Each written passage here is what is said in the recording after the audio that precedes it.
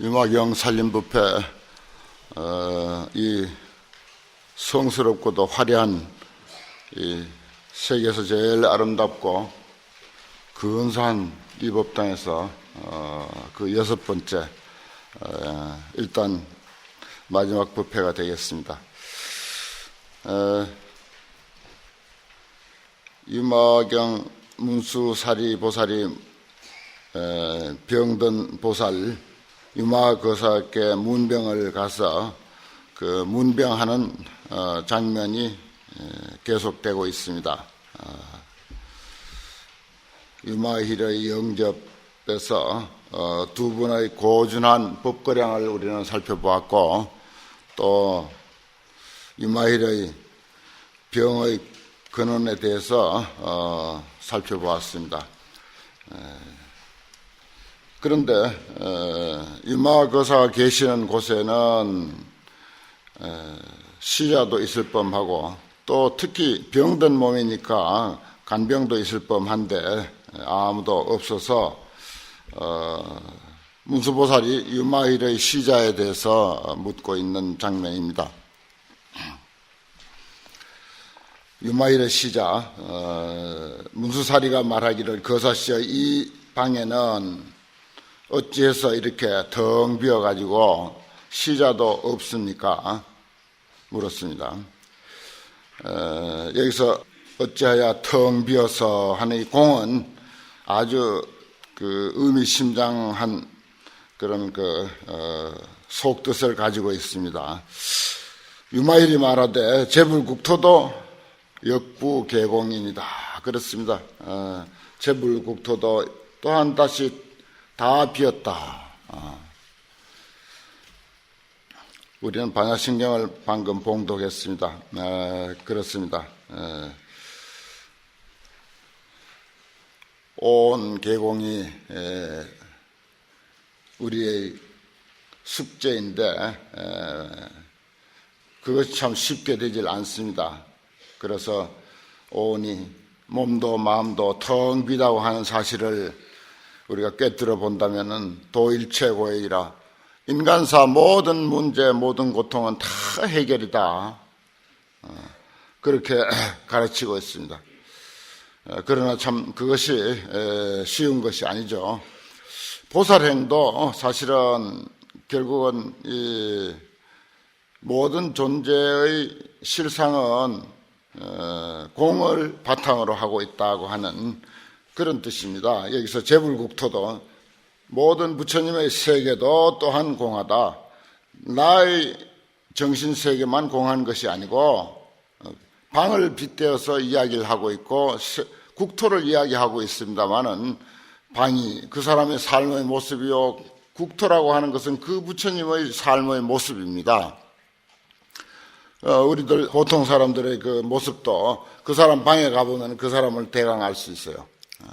뭐 거의 알 수 있을 수도 있습니다. 사실은 올해 최소한도 1년 이상 그 방에 그 사람이 살았다면은 그 방만 보고도 충분히 그 사람을 사실은 알 수가 있습니다. 그래서 문수보살이 우정 있던 시자도 보내버리고 방 안에 이런저런 무슨 가재 도구도 다 비워버렸다고 하는 것을 저 앞에서 보았는데, 바로 그것은 당신의 정신세계를 보여주는 것이다. 그리고 또 그것은 나뿐만 그런 것이 아니라 모든 깨달은 사람의 근본 정신은 똑같이 텅 비어 있는 것이다. 득도 공문이언을 우리가 그러죠. 모든 깨달은 사람들이 모두 공문 속에서 텅 빈 존재의 실상은 텅 비었다고 하는 그 이치, 그 사실에서 도를 얻었다라고 하는 것을 우리는 초발심 자기문에서 배웠습니다. 그렇습니다. 불교에서 이 공의 그 존재의 공성에 대한 이치는, 이건 정말 불교를 논할 때 참을 빼놓을 수 없습니다. 뭐 어떤 이야기를 하더라도 존재의 공성에 대한 이해가 없으면은 제대로 설명할 수가 없다는 건데, 여기서 꼭 이제 이야기해야 할 점이 그렇습니다. 이건 뭐 당신만 이제 공하다고 하는 이야기여서 재불국토도 또한 공하다. 그러니까 모든 부처님의 정신세계도 역시 존재의 공성을 다 터득하고 있다. 그랬으면서 이제 그 다음에 공에 대한 설명을 하는데, 공에 대해서 이제 우리가 한 가지로 설명할 수가 없습니다. 대개 이제 뭐 이건 교리상으로 말씀드리면은 분석공이라고 하는 것이 있고, 분석하기 해보면은 공하다. 다시 말해서 마이크를 하나하나 분석해보면 마이크라는 것이 없다는 것입니다. 그래서 대개 이제 분석공을 이제 가장 기본적으로 이제 이야기를 하고 있어요. 이건 성문이 이해할 수 있는 단계입니다. 분석공은요. 그 다음에 이제 연각이 이해할 수 있는 공은 연기공입니다. 연기공. 모든 것이 연기로, 인연 소집이라. 모든 것이, 인연에 의해서 결합되어 있기 때문에 그래서 공하다라고 이해하는 것은 이건 이제 연각의 수준입니다. 그러니까 분석공하고 연기공하고 다른 거죠. 그 다음 보살이 공을 이해하는 것은 뭐냐? 색적시공, 공적시색이에요. 즉공입니다. 즉공. 바로 그대로 보고 공이라고 하는 거지. 그걸 분석한다든지. 우리 예를 들어서 우리는 공하다. 그걸 우리가 막 보통 이제 그 깊은 교리를 모르면 두루뭉술이로 공을 나름대로 전부 설명하는데 보면은 분석공을 이야기했다가 연기공을 이야기했다가 이제 그래요. 그런데 우리는 늘 즉공을 이야기합니다. 사실은 외우기는 색적시공, 공적시색이라고 즉공을 이야기하면서 외우기는 즉공을 외우면서 설명하라고 하면 분석공을 이야기하거나 연기공을 이야기한다고요. 그게 차원이 전혀 달라요. 분석공은 성문의 차원이고 연기공은 연각의 차원입니다. 그런데 보살, 반야신경만 하더라도 보살의 차원입니다. 그렇기 때문에 색적시공, 공적시색이라. 사물 그대로 보고 공하다고 보는 거지, 그걸 뭐 분석을 해서 이야기해서 공을 인식시킨다든지 아니면 그것을 이렇게 인연의 결합에 의해서 만들어졌고 그 인연이 흩어질 때는 결국은 공이 아니냐. 예를 들어서 우리 육신은 4대로 이루어졌다. 4대가 흩어지면 공이 아니냐. 이런 식으로 이제 그 어떤 인연과 결합시켜서 공을 이야기하는 거 아니에요. 반야신경 차원만 하더라도 즉공이야. 즉공의 차원이라고요. 교리를 공부하시는 분들은 이 점에 대해서 분명하게 이해를 해야 됩니다. 그래서 여기서는 뭐 그런 이야기는 없습니다만은 우리가 공을 이야기한 차제고 또 불교 이야기에서는 공을 빠뜨리고 말할 수는 없는 그런 입장이기 때문에 드리는 말씀입니다. 그래 분석공, 연기공, 즉공 그래요. 우리가 색적시공 하는 것은 즉공의 그대로 공하다는 거예요. 있는 그대로 공하다는 것이지 그걸 뭐 인연의 이치이기 때문에 아니면 분석을 해보면 그런 설명은 아니라는 것입니다. 이제 초보자들에게 불교를 잘 모르는 사람에게는 분석을 해서 보니까 공하더라. 아니면 인연으로 모인 바이기 때문에 인연이 흩어지면 결국 공이 아니냐. 이렇게 이제 이해시킬 수도 있습니다. 우문 하이위공고 어째서 공이냐? 답알 공으로서 공입니다. 공을 쓰기 때문에 공이야. 그대로 공이라는 것입니다. 아예 처음부터 공이었어. 색즉시공도 아니야 이거는. 이공으로 공인이다 그랬어요. 공을 이때 이럴 때 써있자는 사용한다. 공을 활용한다 이런 뜻입니다. 이공으로 공이다. 공을 활용하니까 공일 뿐이지. 제로는 예를 들어서 수억만 개가 제로가 나열할 때에서 또 곱하기 수억만 개의 제로를 해도 역시 제로일 뿐이야. 이게 그런 뜻이잖아요. 이공으로 공이다. 영은 아무리 곱하고 더하고 빼봐야 계속 공이 영이 제로일 뿐이라고요. 공의 이치는 그런 것입니다. 이건 아주 참 유마경에서나 볼 수 있는 거죠. 이공으로 공인이다. 또 묻기를 공하용공이니까 공이 어째서 공인데 어떻게 공을 사용할 수 있습니까? 여기는 아예 용자를 썼죠. 답알 무분별 공고로 공인이다. 무분별 공이다. 뭐 이런저런 분별하지 마라 말이야. 무슨 공을 써서 왜 공이 무엇을 사용해서 공이냐? 어째서 공을 사용해서 공이냐? 이 공으로 공이냐 이 말이요. 그런 분별하지 마라 이겁니다. 그런 무분별을 벌써 떠나 있기 때문에 분별과 무분별을 다 여기는 이제 떠나 있기 때문에 그래서 공이다. 우문 공과 분별하니까 공을 분별할 수 있습니까? 아무리 분별해봐야 그 역시 공이다. 제로에다가 아무리 곱해봐야 더해봐야 나눠봐야 역시 남는 것은 제로일 뿐이다. 우문, 공은 당어 하고니까 공을 어디서 구할 수가 있습니까? 다발, 당어 62연 중에 9다. 그랬어요. 이건 참 기상천외한 대답입니다. 공인데 그 공을 어디서 구할 수 있느냐 그랬어요. 사실 이 질문은 좀 우문이죠. 우문인데 우문에 명답이 나왔습니다. 명답은 62견과 공은 정반대입니다. 공을 어디서 찾아야 되느냐?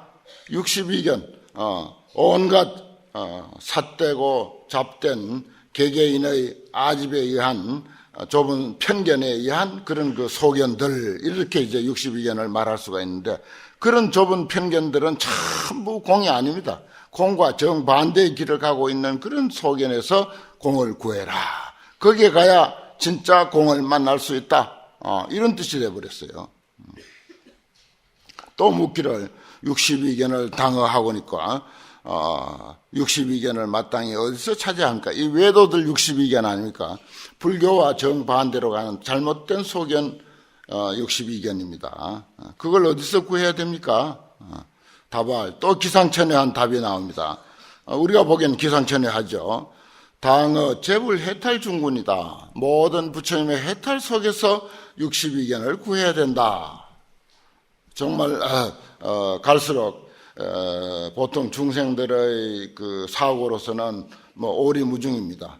공을 어디서 구하느냐라고 하는 그 참 이상한 질문에서 뭐 공에 대해서 우리 상식으로는 어디서 구하느냐 하는 그런 질문을 할 수가 없을 것 같은데 그런 질문을 문수보살이 했어요. 그런데 유마거사는 엉뚱하게도 세상에 수많은 그런 잘못된 소견들, 공과는 정반대의 길을 가고 있는 거기에서 구해야 된다. 그럼 그것은 또 어디서 구하느냐? 모든 부처님의 해탈 속에서 구해야 된다. 해탈이라고 하는 것은 62견은 말할 것도 없고 공도 초월한 자리인데 그 62견을 부처님의 해탈이라고 하는 경지에서 구한다고 이렇게 표현하고 있습니다. 그러면 내친김에 참 문수보살이 아주 대단한 분이죠. 재불 해탈은 마땅히 어디서 구합니까? 답하기를 마땅히 일체 중생 심행 중에서 구한다. 모든 사람의 심리 속에서 일체 중생들의 각자 나름대로 이런 생각 저런 생각하는 그 마음 작용 속에서 구한다. 그렇습니다. 그러면 결국은 아주 이게 중요한 말인데 재불 해탈을 어디서 구하느냐, 요것만 딱 잘라놓고 생각해도 아주 좋습니다. 우리가 해탈이 어떤 의미에서는 수행의 목표이기도 하니까요. 그 해탈을 어디서 구해야 되냐? 바로 우리들 마음속에서 구한다. 보통 사람들은 사량 분별과 번뇌 망상 속에서 구한다. 중생 심행이라는 게 뭡니까? 그저 번뇌 망상, 그저 부글부글 끓는 번뇌 망상 속에서 구한다. 그렇습니다. 해탈이 광명이라면은 중생 심행이라고 하는 것은 어두움입니다. 어둠 속에서 빛을 구한다는 거예요. 빛이 곧 어둠이고 어둠이 곧 빛이란 이야기입니다. 제가 송광산 문수전에서 정진하다가 그 관음전 부전을 봤었어요. 그때 한 70년대는 뭐 전기도 하나도 들어오지 않을 때인데 송광사에 그 문수전에 정진하는 사람들이 이제 법당을 맡아서 부전도 보고 그때만 해도 수자들이 법당 맡아서 부전 보는 그런 시대였습니다. 지금은 뭐 손끝도 까딱하죠. 그리고 이제 3년 결사한 사람이 수선사에서 이제 살고 저는 3년 결사에 안 들어가고 자유롭게 정진한다고 문수전에 있었는데 캄캄한 날 새벽에 일어나서 더듬더듬 세수를 하고 장삼을 입고 문수전에서 관음전으로 가는데 거기서 거리가 얼마 되지 않습니다. 평소에 늘 하던 일이라서 몸 방향만 딱 맥각도로 이렇게 그것도 의식적으로 하면 안 되고 무의식적으로 그냥 습관에 의해서 몸 방향 각도를 딱 틀면은 문을 나가서 어느 방향으로 몇 걸음 걸어가면 관음전이 있다고 하는 것을 그냥 눈 감고도 느낄 정도로 그렇게 이제 익숙한 일이었었는데, 그렇게 이제 갔어요. 차라리 눈 감는 게 오히려 더 시원할 정도로 그렇게 캄캄한 새벽이었습니다. 구름도 많이 꼈던 것 같아요. 그래서 또 법당에 들어가면 더 캄캄하죠.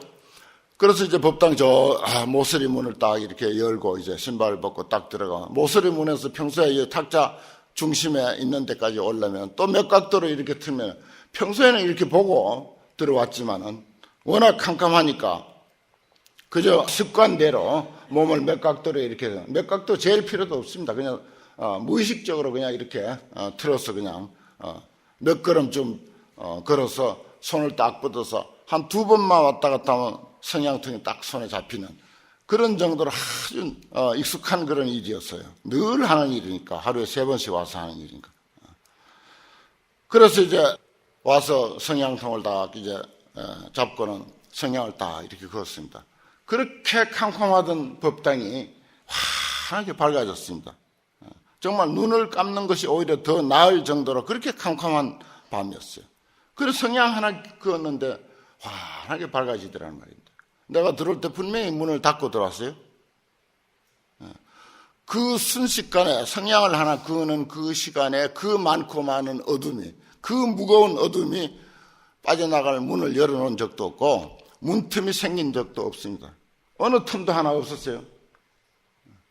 이게 어둠이 존재하는, 실질적으로 어둠이 있는 것이라면은 순서대로 줄 서 나가도 아마 한참 걸릴 거예요.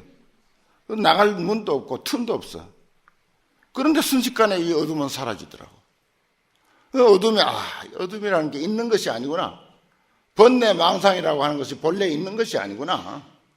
나는 거기서 그것을 아주 확연히 깨닫고는, 참, 우리가, 중생이 곧 부처다라고 하는 말도, 중생 그대로가 부처임을 아는 그 순간이 중요한 것이지, 달리 다른 부처가 있는 건 아니구나. 어둠 외에 달리 다른 밝음의 세계가 있는 것은 아니구나. 번뇌망상 그 외에 달리 다른 어떤 지혜 광명이 있는 것은 아니라는 사실을 아주 확실히 알았습니다. 그래서 번뇌망상을 아주 나는 아끼고 소중하게 생각하고, 어둠도 아주 소중하게 생각하고, 중생이라고 하는 사실, 이보다 더 소중한 존재는 없다고 하는 거, 이보다 달리 얻은 다른 곳에서 값진 부처를 찾는 길은 없다고 하는 사실, 이것을 아주 확연히 알게 됐었습니다, 그때. 그래서 내가 기회가 되면은 그런 이야기를 가끔 합니다. 여기도 그렇습니다. 중생 심행이라는 게 뭡니까? 부글부글 끓는 탐진치 삼독과 84,000 번뇌를 중생 심행이라고 그래. 거기서 해탈을 구한다고 했어요. 해탈과 그 중생의 번뇌 망상은 둘이 아니라는 사실입니다. 이건 뭐 처음 듣는 이야기도 아니고 새삼스러운 것은 더욱 아닙니다. 그러나 결코 다른 데서 구할 수 있는 것은 아니다는 사실. 바로 내 이 못난 모습에서 눈을 뜨는 사실이지, 달리 다른 데서 어떤 부처와 해탈의 경지를 구해온다고 하는 것은 아니라는 이 사실을 우리가 확실하게 이해를 하고 정진을 하고 공부를 해야 되지 않을까, 그런 생각을 합니다. 그 이해가 얼마나 깊어지느냐, 그리고 이해가 깊어지면 느끼게 되고, 느낌이 깊어지면 깨닫게 되는 것입니다. 처음에는 이해를 해야 돼요. 이론적으로라도 이해를 해야 돼요. 그리고 그 이해가 깊어지면 느낀다고, 그거예요. 참 그렇다 하고 고개를 끄덕거리게 돼. 그러다가 그것이 이제 깨달음으로 이어집니다. 한순간에 물론 학철대오하는 도리도 있습니다만은 일체 중생 심행 중에서 해탈을 구한다. 또 그대의 묻는 바에 하무 시자오 하니 왜 시자가 없느냐라고 그런 질문을 문수보살이 했는데, 내 시자는 이런 이들이다. 일체 중마와 일체 온갖 마구니와 그리고 여러 가지 외도들이 모두 내 시자다.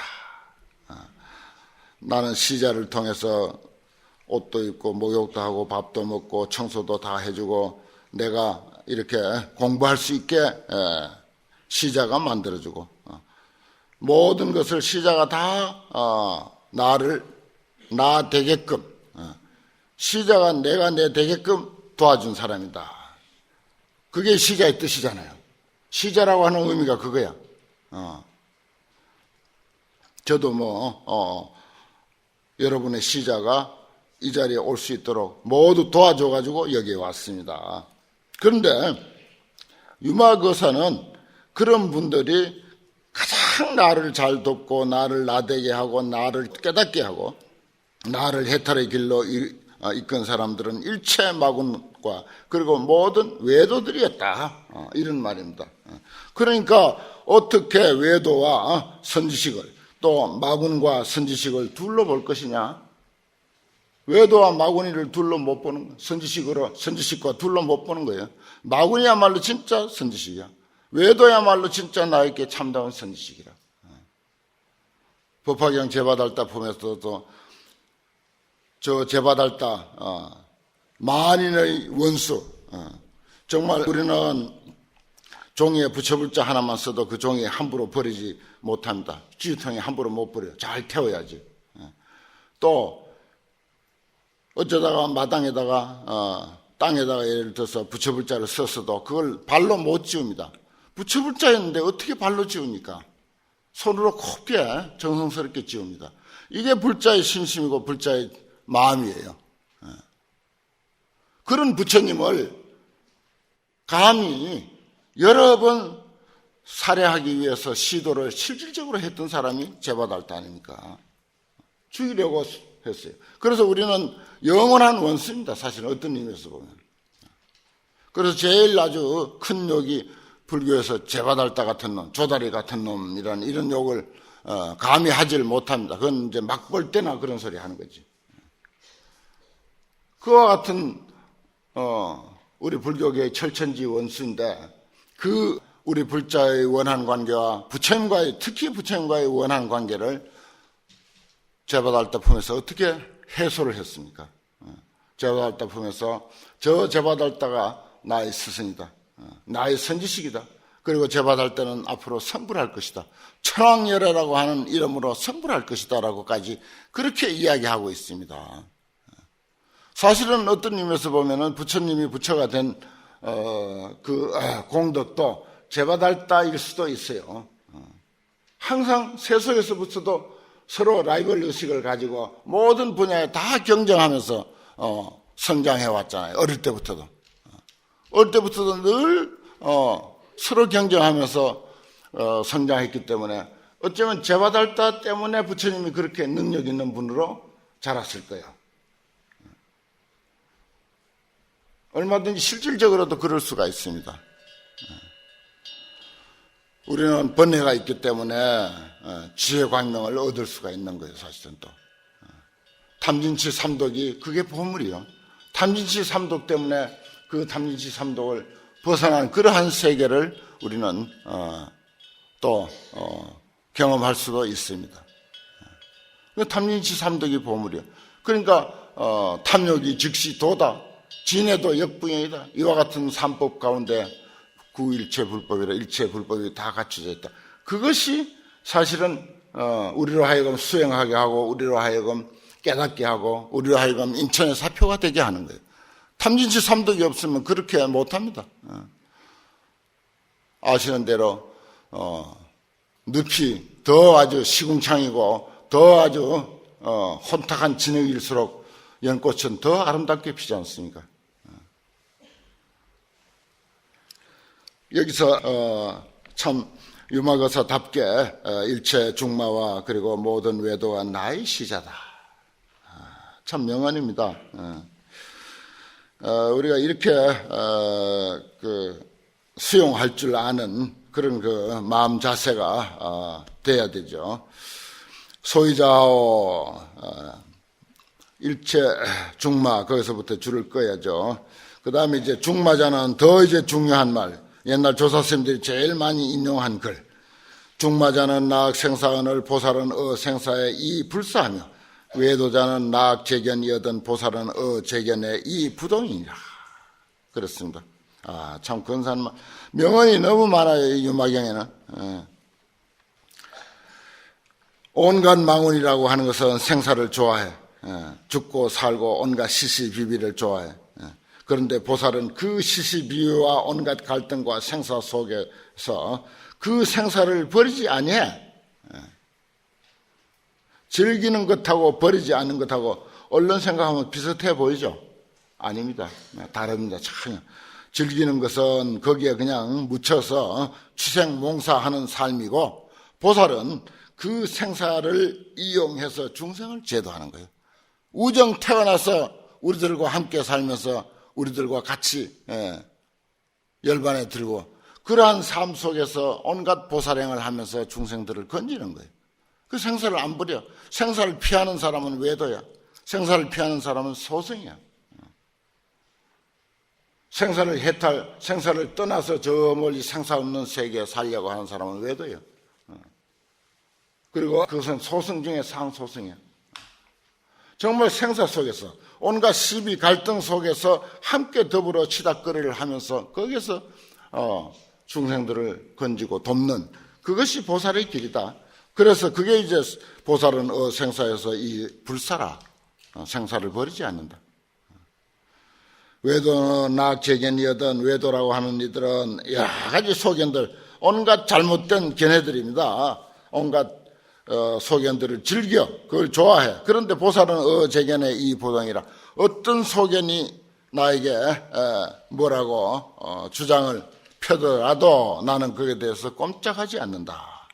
소견이라는 것은 뭐예요? 62견은 공이라고 그랬었습니다. 앞에서도. 공을 어디에서 구하냐? 62견 가운데서 구한다. 그런 식으로 이야기했어요. 그 근본이 공하다. 62견이 아니라 6만 2천 개이라 하더라도 그 속에는 아무것도 없는 거야.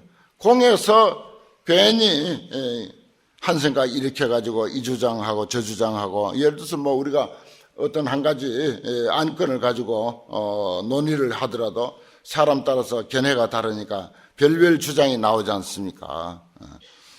그 인도라고 하는 사회는 아주 더운 곳이야. 그리고 낮에는 꼼짝도 못해. 그저 과일이나 따먹고는 그늘 밑에서 가만히 명상만 하는 거야. 그래서 도인이 많아. 인도에는 지금도 도인이 그렇게 많아. 왜냐? 더운 지방이니까 의식주가 다 해결이 돼 있어. 옷이 필요 없고 머물 곳이 필요 없어. 그저 그늘 밑에서 자면 돼. 그늘 밑에서 쉬면 돼. 보통 서민들 집이라는 것은 그저 천장만 있어요. 그냥 저거 지붕만 있지. 벽도 없어요. 가보면. 그런 데서 그냥 그 해만 가리고 비만 가리면은 그만 벽이 없어도 거기서 생활할 수 있어. 1년 내내 생활할 수가 있어. 그런 곳이라. 그래서 조금만 생각이 있는 사람 같으면 그저 나무 밑에 가서 과일 따먹고는 나무 밑에서 명상하는 거야. 끊임없이 명상하는 거라. 그러니까 종교가 얼마나 숫자가 많은지 말도 못해. 그들이 만들어서 그들이 믿는 신이 10,000명도 넘어. 10,000명도. 인도에는 그들이 만들어가지고 그들이 믿는 신이 10,000명이 훨씬 넘어요. 그러니까 62견 이거는 큰 많은 견해들 중에서 추려서 정리한 것이 이게 62견이지. 62견뿐만이 아닙니다. 그런 많은 소견들이 나오게 됩니다. 혼자 뭐 배운 바도 없이 혼자 앉아서 명상하니까 사람의 심리라고 하는 것은 한 가지 생각에 골똘하면 그것이 차츰차츰 자기 자리를 잡아요. 그거 심리학에서는 수로 현상이라 해서 평평한 땅에서 물이 한 번 이렇게 비가 오면은 물이 모여서 어디론가 흘러가게 돼 있어. 그래, 물이 한 번 뭉쳐가지고 한쪽으로 흘러가면 그다음부터는 그 물이 계속 그쪽으로 흐르는 거야. 그래, 고립하죠. 꼭 그쪽으로 흐르도록 되어 있는 게 아니라 우연히 그쪽으로 흐르다 보니까 그것이 고립화지고 그래서 자꾸 그게 깊어지는 거예요. 우리 심리도 똑같다고 했어요. 물질 현상이라고 이제 그렇게 표현하는데 그런 식으로 그만 그게 굳어집니다. 자기 생각이 그래서 굳어져서 그래서 그게 자기 생각이 옳다고 주장하는 거예요. 옳지도 않는 생각인데도 그렇게 주장하게 돼 있는 게 사람들의 그 어떤 그 사고 습관이라. 그래서 온갖 주장들이 있을 수가 있다는 것입니다. 그리고 그것을 고집하게 되는 거죠. 그런데 그게 보살은 어떻습니까? 모든 것을 일체가 공으로 봅니다. 텅 빈 데서부터 건립된 하나의 가설에 불과하기 때문에 동할 필요가 없죠. 거기에 어떤 소견이 어떤 주의 주장이 오더라도 거기에 동할 필요가 없습니다. 그래서 보살은 제견에 이 부동이라 그랬습니다. 동하지 않는다. 그 근본을 아는데요. 동할 까닭이 어디에 있습니까? 시자 문제를 하나 가지고 참 이렇게 아주 상승법문, 최상승 법문을 하고 있습니다. 아주 참 명언들이 아주 많습니다. 도대체 시자가 뭐냐? 마구니가 외도가 나의 시자다. 그럼 시자를 볼 때 저게 마구니구나, 외도구나 이렇게 봐도 되겠네. 그런 뜻은 아닙니다.